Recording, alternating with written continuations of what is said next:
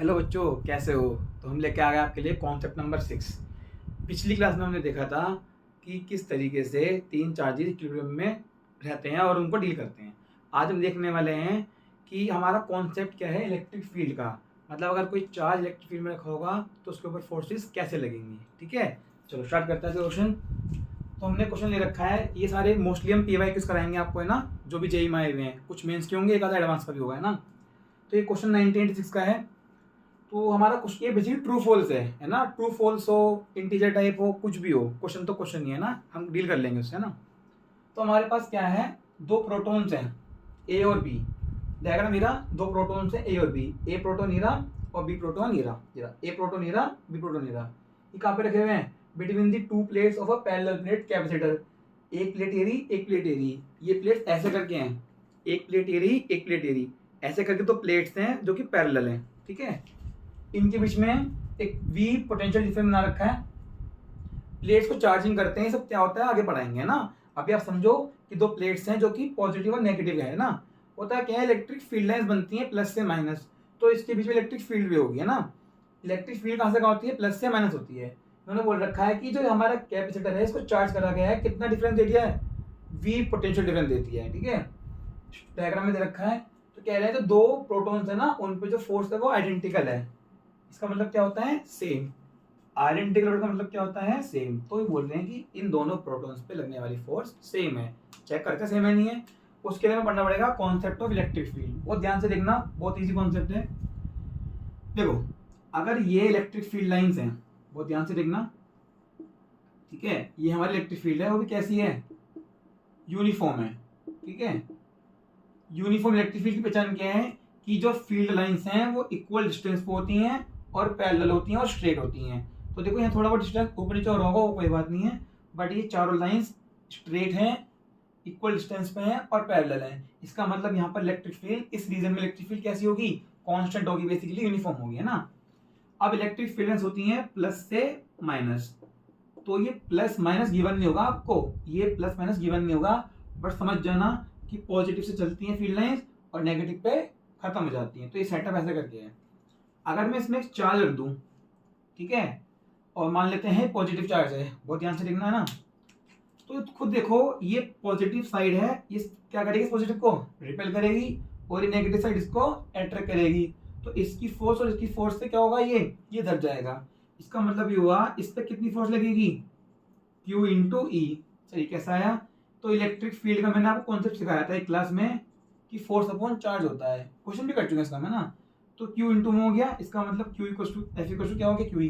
F मतलब electrostatic force, Q जो भी चार्ज गिवन है, और ये इलेक्ट्रिक फील्ड। अब देखो, अगर Q हुआ पॉजिटिव, अगर Q हुआ पॉजिटिव, तो भाई फील्ड कहाँ है, लेफ्ट से राइट है। तो अगर Q पॉजिटिव हुआ तो कहाँ जाएगा पार्टिकल, तो Q will move along the field, मतलब ये फील्ड के साथ साथ चल देगा। ठीक है, और अगर Q हमारा नेगेटिव हुआ तो Q कहां चल देगा, Q will move opposite to the field, opposite to the field. ठीक है, थोड़ा राइट छोटी हो गई ना। सर नेगेटिव पे कैसे होगा, देखो अगर ये नेगेटिव हुआ, वो ध्यान देखना, तो ये इसे खींचेगा और ये इसको रिपेल करेगा। तो ये तो जाएगा इधर Fe से और ये भगलेगा इधर सेम Fe से। ठीक है ना। अब क्योंकि चार दोनों पर सेम है और इलेक्ट्रिक फील्ड सेम है, तो ये इधर सेम फोर्स से और ये इधर उसी फोर्स से। ठीक है, ये हमारा कॉन्सेप्ट है। अब यहाँ पर आ जाओ, जो हमारी प्लेट्स हैं, ये प्लेट्स अपने अंदर इक्वल फील्ड बनाती हैं। इसका मतलब यहाँ पर भी क्या होंगी, यहाँ पर भी बेसिकली फील्ड लाइंस होंगी। कहाँ से कहाँ, पॉजिटिव प्लेट से नेगेटिव प्लेट। तो आपको भी चेक करना है कि जो भी फोर्स है वो आइडेंटिकल है नहीं। तो बेटा फोर्स का फॉर्मूला क्या है, Q टाइम्स ऑफ E। अब ध्यान से देखो, इन प्लेट्स के बीच में जो इलेक्ट्रिक फील्ड है ये यूनिफॉर्म होती है, तो इलेक्ट्रिक फील्ड तो होगी यूनिफॉर्म, ये फैक्टर खत्म हो गया। और दोनों ही क्योंकि प्रोटॉन्स हैं तो चार्ज भी क्या हो गया, चार्ज भी हमारा आइडेंटिकल ही है। तो अगर इलेक्ट्रिक फील्ड कांस्टेंट है और चार्ज आइडेंटिकल है, तो कोई प्रोटॉन कहीं भी रखा हो उससे फर्क नहीं पड़ने वाला। इसका मतलब दोनों की दोनों प्रोटॉन्स की फोर्स क्या हो गई हमारी, एग्जैक्टली इक्वल। इसका मतलब ये, इसका आंसर क्या आएगा, ट्रू। ठीक है, चलो एक क्वेश्चन और करते हैं, इसको आप नोट करो।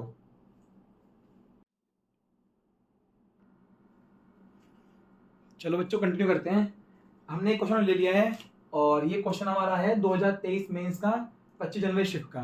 ठीक है, तो बेसिकली हमने दो क्वेश्चन इसलिए करा है क्योंकि ये भी इलेक्ट्रिक फील्ड का ही है, तो एक में कर लेते हैं ना, जो आपको भी कंफर्टेबल रहे। तो देखो अभी हमने जो क्वेश्चन करता है इलेक्ट्रिक फील्ड में फोर्स कितनी लगी उसका करा था। यहाँ पर क्या है, इक्विलिब्रियम ऑफ इलेक्ट्रिक फील्ड। जैसे मैंने आपको नेट फोर्स 0 सिखाया था, ऐसी नेट इलेक्ट्रिक फील्ड भी 0 हो सकती है ना, और उसके लिए दो हमारे चार्ज मिनिमम होने चाहिए। चलो क्वेश्चन करते हैं, समझ में आएगा आपको। एक पॉइंट चार्ज है, कितने माइक्रोकूलम का है, ये आपका 10 माइक्रोकूलम का है, और ये कहाँ पे रखा हुआ है, इस प्लेस एट दी ओरिजिन। इसका मतलब we have to draw diagram, और मैंने आपको पहले ही बताया था डायग्राम ड्रॉ करना बहुत जरूरी है, वरना क्वेश्चन बनेगा नहीं आसानी से। ठीक है, ये रहा हमारा ओरिजिन। तो यहाँ पे कौन रखा हुआ है, 10 माइक्रोकूलम का चार्ज। तो ये मान लेते हैं ये रहा हमारा चार्ज। ठीक है, कितना है ये, 10 माइक्रोकूलम। ठीक है, इसे मान लेते हैं लेट इट बी Q1 मान लेते हैं। अब बोल रहा है कि एट व्हाट लोकेशन, मतलब कितनी दूर on the x axis, x axis पे कहां पर एक और पॉइंट चार्ज रखते हैं 40 माइक्रोकूलम का, मतलब इसी लाइन पे एक चार्ज और रखना है 40 माइक्रोकूलम का, जिससे कि जो नेट इलेक्ट्रिक फील्ड है वो 0 हो जाए। ठीक है भाई, 0 कहां पर electric field, at x equal to 2 centimetre.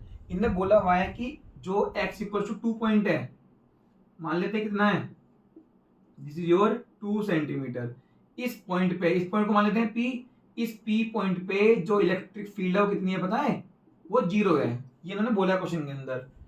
बस इसको कर लेते हैं। तो इसका मतलब ये है, यहाँ पर हमारा जो थर्ड चार्ज है, देखो दोनों चार्ज पॉजिटिव है, ये भी पॉजिटिव ये भी पॉजिटिव, तो ऑब्वियस है अगर एक चार्ज यहाँ पर होगा और नेट फील्ड 0 यहाँ पर है, तो दूसरे वाला चार्ज पक्का यहाँ होगा भाई। इसने, अच्छा देखो पहले एक बार एक काम करो, छोटा सा कौन सा समझ लो फील्ड का।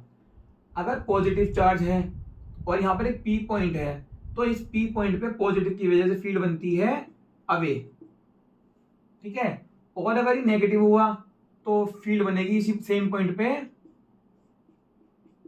टूवर्ड्स। ठीक है, पॉजिटिव चार्ज की वजह से फील्ड बनती है रेडियली आउटवर्ड, और नेगेटिव की वजह से बनती है रेडियली इनवर्ड। ठीक है, तो दोनों ही चार्ज पॉजिटिव हैं, तो अगर इस पॉइंट पे नेट फील्ड 0 है तो इसकी वजह से अवे होगी, तो दूसरे वाले चार्ज की वजह से भी अवे होनी चाहिए, तो उसको यहाँ पे होना कंफर्म है। तो मान लेते हैं सेकंड चार्ज यहाँ पे रखा हुआ है and this is your Q2। ठीक है, कितना मान लें, मान लेते हैं रखा हुआ है x सेंटीमीटर पे। ठीक है भाई, तो हमने मान लिया जो यहाँ पर रखा हुआ है आपका Q2, जो कि आपको सॉरी दे रखा है sorry, that is your 40 microcoulomb. तो वो बोल रहा है कि भाई P पॉइंट पे जो इलेक्ट्रिक फील्ड है आपकी 0 है। ठीक है, तो इलेक्ट्रिक फील्ड का फॉर्मूला जो है ना पॉइंट चार्ज का, वो होता है KQ/R²। रख देते हैं। चलो भाई, P पॉइंट पे Q1 चार्ज की फील्ड जो होगी वो किसके इक्वल होगी, Q2 चार्ज के इक्वल। बस कुछ नहीं का सोल्व करना है। तो KQ1/R1 का स्क्वायर, KQ2/R2 का स्क्वायर। K से K कट गया, Q1 कितना है, Q1 में से माना है 10 माइक्रोकूलम। आप इसको लिख सकते हो ऐसे है ना। R1 कितना है, P से दूरी कितनी है इसकी, 2 सेंटीमीटर। आप सर इसको मीटर में क्यों नहीं करेंगे, देखो मीटर में करोगे भी ना जब भी आंसर एक ही आएगा, पता है क्यों, दोनों तरफ है, सेंटीमीटर सेंटीमीटर कट जाएगा, वो मीटर भी करोगे वो भी कट जाएगा। तो जब भी इक्वेट करना हो, डिवाइड करना हो, तो जरूरत नहीं है चेंज करने की यूनिट्स है ना, अगर दोनों ही सेम है तो। ठीक है, इज इक्वल्स टू Q2 कितना है 40 माइक्रोकूलम। दूरी कितनी है, इसकी दूरी इससे, ये पूरा x है, ये 2 है, तो ये बचा हमारा x-2, तो x-2 का होल स्क्वायर। ठीक है, बस सोल्व कर देंगे। माइक्रो से माइक्रो कट गया और इससे कट गया, आ गया 4। ठीक है, तो यहाँ पर बच रहा है 1/2 का स्क्वायर दैट इज 4, यहाँ पर 4 है और अपॉन में x-2 का होल स्क्वायर है। ठीक है, इसको यहाँ ले जाते हैं, x-2/4। अब देखो इस पे भी स्क्वायर है, इसे मान लूँ 2 का स्क्वायर मान लूँ, तो इसको हम लिख सकते हैं, एक काम करते हैं ना, x-2 का होल स्क्वायर यहाँ ले लेते हैं और 4 4 जा 16। ठीक चल रहा है ना। तो अब जब रूट मारोगे x माइनस 2 का तो ये हो जाएगा प्लस माइनस के 4। देखो जब स्क्वायर है तो दो वैल्यू आती हैं, एक प्लस की 4 एक माइनस की 4। ठीक है, अब क्या करोगे, एक बार तो क्या करोगे x माइनस 2 को प्लस 4 ले लोगे। ठीक है, एक बार तो x माइनस 2 को प्लस 4 ले लोगे और एक बार x माइनस 2 को माइनस 4 के इक्वल ले लोगे। तो यह आ गया हमारा x इक्वल टू 6 सेंटीमीटर। यहाँ कितना आएगा x इक्वल टू माइनस के 2 सेंटीमीटर। भाई माइनस 4 प्लस 2 माइनस 2 आ गया ना। अब देखो क्योंकि x की वैल्यू पॉजिटिव में है तो इसे कर देंगे हम नेगलेक्ट। ये पॉसिबल नहीं है ना भाई, क्योंकि हमारा जो P पॉइंट है वो इधर रखा हुआ है राइट में और चार्ज भी कहाँ रखा हुआ है राइट में, तो x शुड बी पॉजिटिव। तो दिस इज योर आंसर। कितना आ गया 6 centimetre. So option number D, this is your answer. ठीक है, इसका मतलब 6 सेंटीमीटर रखोगे तो ये क्या होगा, नेट फील्ड यहाँ पर 0 हो जाएगी।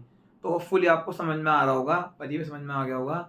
तो आज के लिए इतना ही, नेक्स्ट क्लास में पढ़ेंगे। पढ़ते रहना बच्चों, ऑल द बेस्ट।